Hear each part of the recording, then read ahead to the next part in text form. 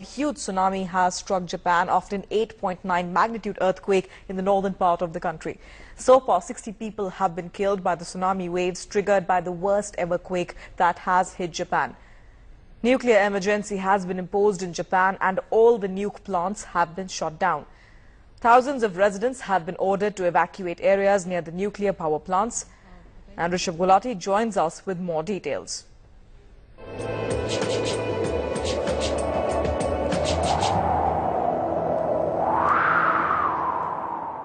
Tokyo. Take a look at these visuals. That is the 20-foot high tsunami turning into frothy water as it strikes the seaboard of eastern and northern Japan at 700 kilometers an hour. The waters just swept in and swept away all before them. This earthquake struck about 125 kilometers off the sea coast, but since then, this 20-foot high tsunami completely devastating the coastal areas. You're seeing over here ships that have been turned upside down, turned turtle, their hulls pointing to the sky, houses being swept away as the entire wave front sweeps across this farmland. And of course, the end result of that earthquake, these devastating fires that have broken out in Japan.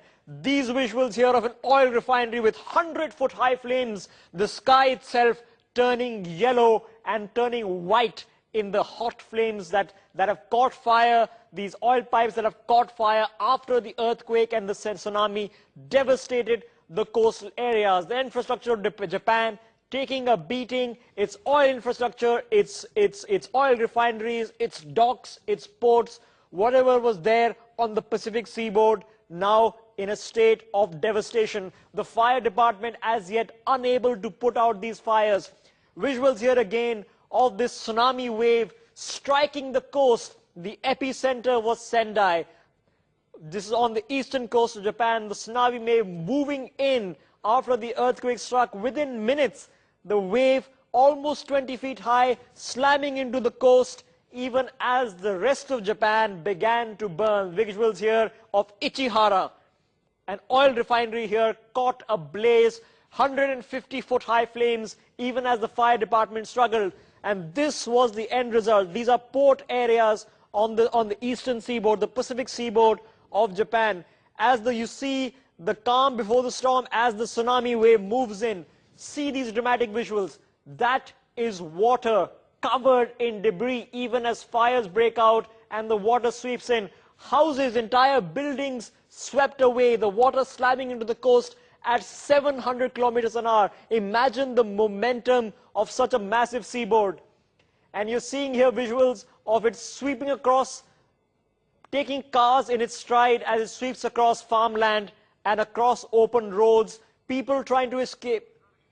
And you're watching aerial shots taken from a helicopter of the seaboard of Japan as that wave comes in. You see the frothy wave moving in, moving it at a ridiculously high speed of 700 kilometers an hour. You see the waves as the ripples on the seashore turn into the frothy white water as it slams across the coast. Moving in here from the bottom of your screen, that is Japan's eastern seaboard near the town of Sendai. The waves moving in and unstoppable. You see here the visuals of the earthquake as it struck at 2:46 p.m.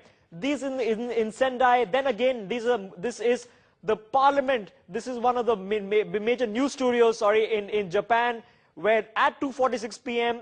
the country was jolted by a record never before seen 8.9 magnitude on the Richter scale. You can see the shaky visual as office furniture falls on the floor. And here again, this is the wave it generated, a 20-foot high tsunami that swept all before it. Nothing could stop it. A wave front, hundreds of miles long, 20 feet high, sweeping into the mainland.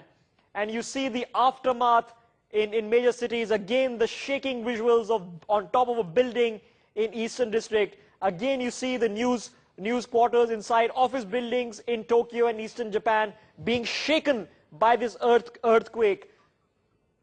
It's been a dramatic day of events in Japan, and the death toll is only expected to rise, even as the Japanese authorities say that the cost of this earthquake will be tremendous.